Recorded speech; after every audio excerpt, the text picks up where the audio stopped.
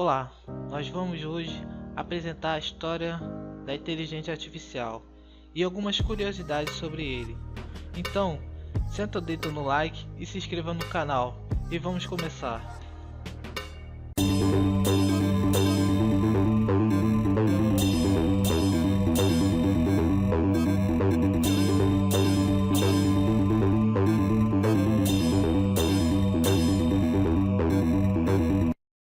O pensamento da inteligência artificial começou bem antes de 300 anos antes de Cristo.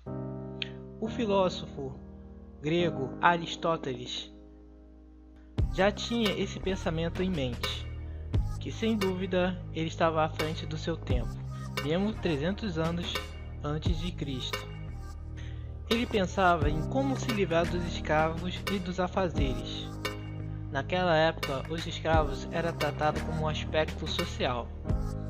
E ele imaginava o seguinte: será que um objeto como uma vassoura, ou seja, um elemento que faz a limpeza, pode ter a vontade própria e estabelecer um sistema de arrumação?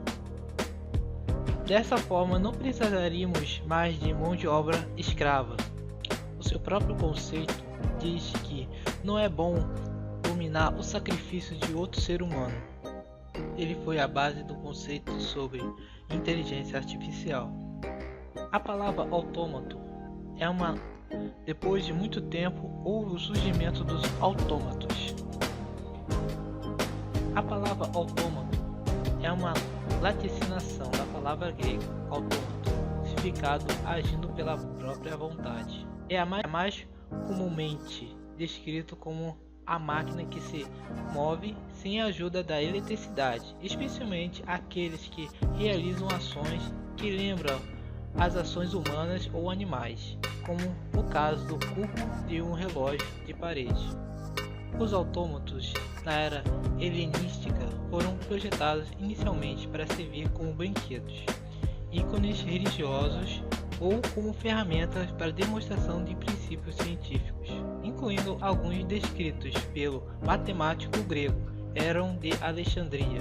Quando seus estudos sobre hidráulica, pneumática e matemática foram traduzidos para o latim desse século, estudiosos começaram a reconstruir seus autômatos. Aí está a inclusão de invenções como o carro de bombeiro e a Eurípia. E sabido que objeto mecânico complexo existia na Grécia Antiga, apesar de que o único exemplo que tem do tipo é a máquina Anticítera. Inicialmente, acreditava que tal máquina vinha de Rhodes, onde havia uma forte tradição para a engenharia mecânica, já que a ilha é reconhecida pelos seus autômatos. Porém, o estudo recente dos fragmentos dos mecanismos mostraram que a máquina pode ser vindo de Corinto, na Sicília, e sugerem uma conexão com Arquimedes.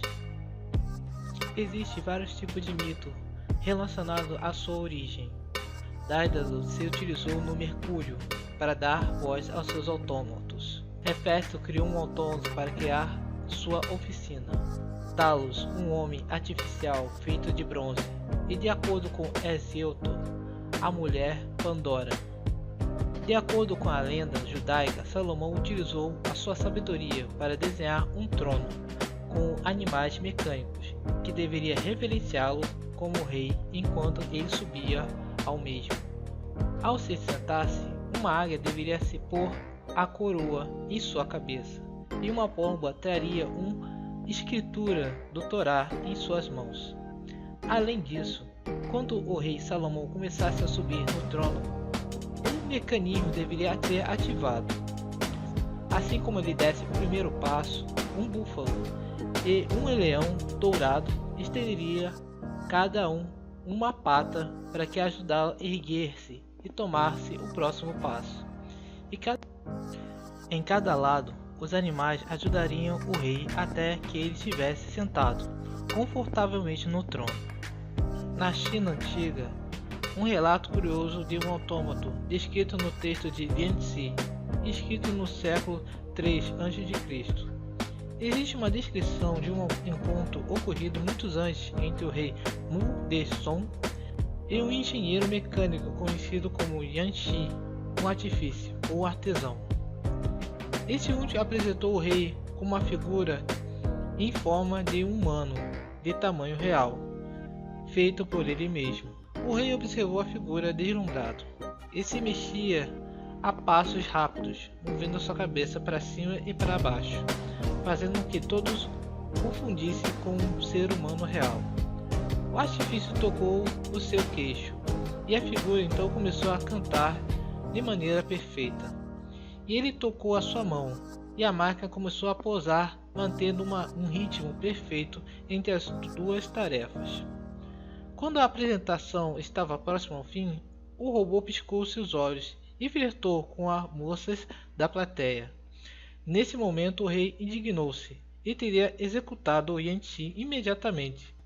Se este medo mortal não tivesse instantaneamente desmontado o robô para mostrar que ele realmente era, a máquina mostrou-se não ser nada além de uma junção de couro, madeira, cola e laque, colorido em azul, vermelho, branco e preto. Examinando em detalhes, o rei achou órgãos internos completos: fígado, coração, rim, pulmão, estômago e intestino ao redor desses músculos. Ossos, membros, com as suas articulações, dente, pele e cabelo, todos artificiais. O rei então retirou o coração e viu que a boca não podia mais falar. Retirou o fígado e viu que os olhos não podiam mais ver. E retirou-nos os rins e viu que as pernas já não podiam se locomover. O rei assim ficou encantado. Na metade do século XVIII, a primeira autômato movido a vento foi construído. A estátua que se movia sobre as abóbadas dos 4 portões e do palácio da cidade redonda de Bagdá. O espetáculo ao público realizado pela estátua tinha sua contraparte exclusiva aos nobres, no palácio de Abázida, onde autômatos de vários tipos eram predominantemente mostrados. Também no século XVIII, o alquimista muçulmano Jair bin Abdullah incluiu fórmulas para construir de obras de para a construção de cobras, escorpiões e humanos, os quais seriam inteiramente controlados pelos seus criadores, como descrito no seu livro das Pedras. Em 1827, o califa Al-Rahman possuía uma árvore de prata e outra de ouro no seu palácio em Bagdá, as quais possuíam características de autômatos. Existiam pássaros de metal que cantavam automaticamente nos seus galhos e moviam árvores construídas por inventores muçulmanos e engenheiros. O califa Abázida Al-Mu'tadid também possuía uma árvore de ouro em seu palácio em Bagdá em 915. A árvore possuía pássaros que batiam suas asas e cantavam. No século XIX, os pássaros que batiam suas asas e cantavam. No século XIX, os irmãos Bazumuzan inventaram tocar flauta automática programável e o descreveram no seu livro de Dispositivos Engenhosos. Em 1206, Al-Hazar em Alzaria terminou sua obra, às vezes traduzido como Concampetiu, sobre a teoria e prática das artes mecânicas, que já foi chamada de estudo de desenho mecânico sistemático. A parte da tecnologia de Al-Hazar era muito mais avançada do que as publicações pelo irmão Banu Muzan, e as suas descrições e diagramas eram tão detalhados que hoje engenheiros podem reconstruir suas invenções. O livro de Al-Zari ilustrava dispositivos de elevação de água, relógios d'água, relógios de vela, bebedouros automáticos, músicas e uma bomba potente. acionada por uma pistão horizontal e alimentada por movimentos de uma roda d'água. Historiadores reconheceram que Al-Azariah projetou bombas hidráulicas três séculos antes de os mesmos dispositivos básicos surgirem no Ocidente. Um dos invenções mais famosas de Al-Azariah é o relógio, que está no shopping center em Dubai. A base desse relógio é um elefante, com um reservatório de água na barriga. Ali uma tigela furada flutua, e depois de 30 minutos enche-se de água e afunda. Isso desencadeia uma série de mecanismos acionados por cordas e bolas, que são liberadas do castelo, nas costas do elefante. Quando o ciclo da meia hora acaba, a tigela automaticamente é levantada de volta à superfície e o processo começa de novo. Esse dispositivo e outras mecânicas automáticas atribuídas ao Al-Azariah herderam o título de pai da robótica. Depois disso foi inventada La Paladine. Foi a primeira calculadora mecânica do mundo, planejada por Blaise Pascal em 1642. Originalmente, Pascal pretendia construir uma máquina que realizava as 4 operações fundamentais, mas apenas conseguiu fazer diretamente operações de adição e subtração. As operações de multiplicação e divisão podem ser feitas por repetição. Blaise Pascal se motivou a criar esta máquina porque seu pai era contador e precisava de ajuda com o cálculo mais avançado. Pascal, então, com seu conhecimento em física e em matemática, criou a máquina com um engenhoso sistema de engrenagem que fazia contas de adição e subtração. Quando a engrenagem virasse à direita, era feita a adição. Quando a engrenagem virasse à esquerda, era feita a subtração dos valores armazenados em 2 ou 3 engrenagens anteriores. O teste de Turing. Em 1950, na revista Philosophica Minds, Alan Turing publicou um artigo chamado Computing Machine and Intelligence. Nesse artigo, Turing apresentou pela primeira vez o que hoje é conhecido por teste de Turing. Como esse pretendia descobrir se uma máquina podia ou não pensar. O teste de Turing funciona da seguinte forma: um interrogador humano fará pergunta a 2 entidades ocultas. Uma delas é um humano e outra é um computador. A comunicação entre interrogador e a entidade é feita de modo indireto, pelo teclado, por exemplo. O interrogador tentará, através do diálogo, realizar entre eles as entidades decidirem qual dos dois é humano e outro é a máquina. O computador será programado para se passar por um humano, e o humano responderá de forma a confirmar a sua condição. Se no final do teste o interrogador não conseguir distinguir quem é o humano e quem é a máquina, então conclui-se que o computador pode pensar segundo o teste de Turing. Em um dos seus ensaios, Turing disse: acredito que no fim do século, o uso da palavra e opinião geralmente educada terá que ser alterado, tanto que alguém será capaz de falar de máquinas pensantes sem ser contraditado. Porém, já chegamos ao fim do século e nenhuma máquina conseguiu passar consistentemente pelo teste de Turing.